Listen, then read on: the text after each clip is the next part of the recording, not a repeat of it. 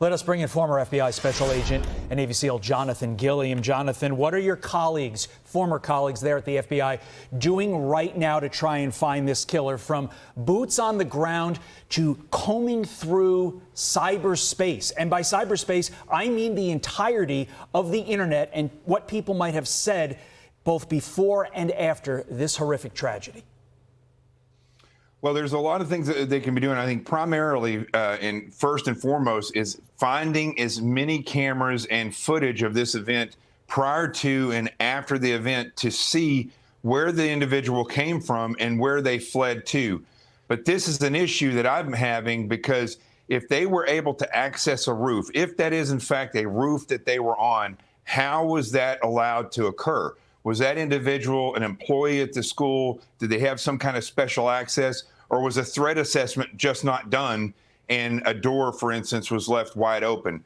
I think that's something that needs to be asked, because that narrows the scope of who could have been up there and who could have taken that shot. They're also going to look at toll records, for instance, whose phones were where at that particular time. And this is information they can get very quickly from the phone companies with subpoenas.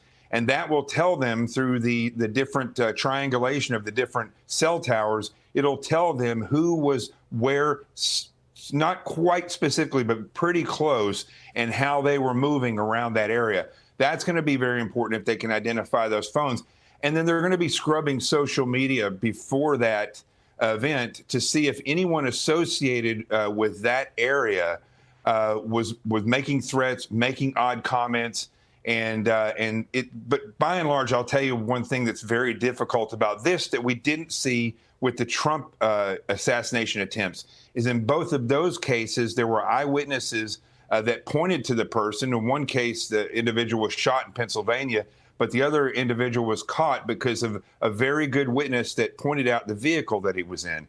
In this case, we don't have either of those things. And I think primarily because a proper threat assessment wasn't done. The individual was able to get up there, take the shot, and get out of there while wearing black fatigues, carrying a rifle.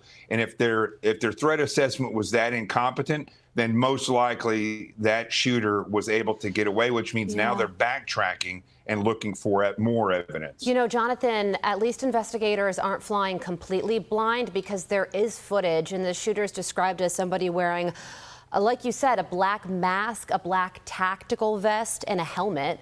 What does that say to you? Well, it says that they came prepared. It says that that individual came prepared to take that shot. So they knew that Charlie Kirk was going to be there. They were familiar with that area. If they were not familiar with that area, they wouldn't just show up. I mean, the show had just begun. It was the first show in that tour.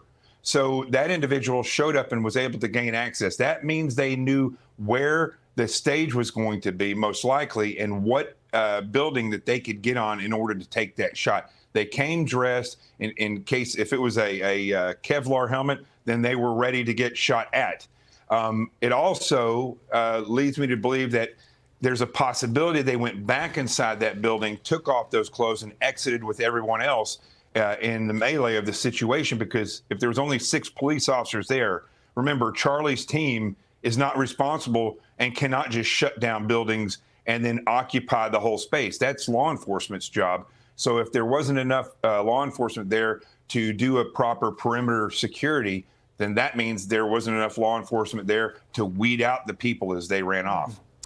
Jonathan Gilliam, thank you so much for being here this morning. I know some of your colleagues on our air from the FBI earlier this evening said this looked like to them a professional hit. And I think to Carly and I, and to you as well, that is one of the major questions that's still outstanding at this point in time. Well, Can I Jonathan, say one thing? Yes, sure, quickly, please. If I gave you a set of Legos and I told you to build a house with it, you may get it wrong. But if I give you instructions, you'll eventually get it right. We've had now 3 assassination attempts. This one was actually accurate and killed Charlie Kirk, all using the same avenue of approach and the same vulnerabilities. People aren't locking these down. And so finally, somebody came there and took advantage of that and killed someone. And I think that is very important for everyone to realize, that if they're going to have these events, they have to lock down the perimeter and not allow people around that area. Charlie Kirk was a civilian.